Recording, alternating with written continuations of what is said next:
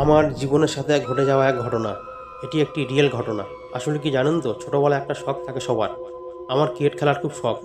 যাই হোক, আবার শুরু করা যাক। শীতের রাত, ক্রিকেট খেলা আছে, যেতে হবে অন্য গ্রামে। প্রত্যেকটা ম্যাচ জিতেছি। রাত্রে একটা সেমিফাইনাল খেলা হবে, আরেকটি সেমিফাইনাল ম্যাচ হেরে গেছি। তখন রাত 2টো বাজে। যাই হোক, বলে রাখি, আমাদের গ্রামে একটা মেয়ে ভালোবাসার কারণে গলায় দড়ি দিয়ে মারা গেছে। তখন বন্ধুরা জেরা মতন চলে গিয়েছিল, আমি একা পড়ে গিয়েছিলাম তখন। যাই হোক, গ্রামের ছেলে, সাহস ছিল, তাই চললাম। আমাদের খালের ওপরে একটি মেয়ে গলায় দড়ি দিয়ে মারা গিয়েছিল। মাঝখানে ছিল বাঁশের সাঁকো, মানুষ যাতায়াত করার জন্য। আমি যাচ্ছি শুনশান রাস্তা দিয়ে, আমাদের সেই রাস্তায় উঠে গেছি। খানিকটা যাওয়ার পর দেখি ওই জায়গায় যেখানে গলায় দড়ি দিয়েছিল, ঠিক সেখানেই হালকা হালকা কান্নার আওয়াজ। যখন ওই মেয়েটি কান্না করে, তখন কুকুরগুলো খুব ডাকতে লাগলো। আর সেই সময় সেই কুকুরগুলো আমার কাছে আসে।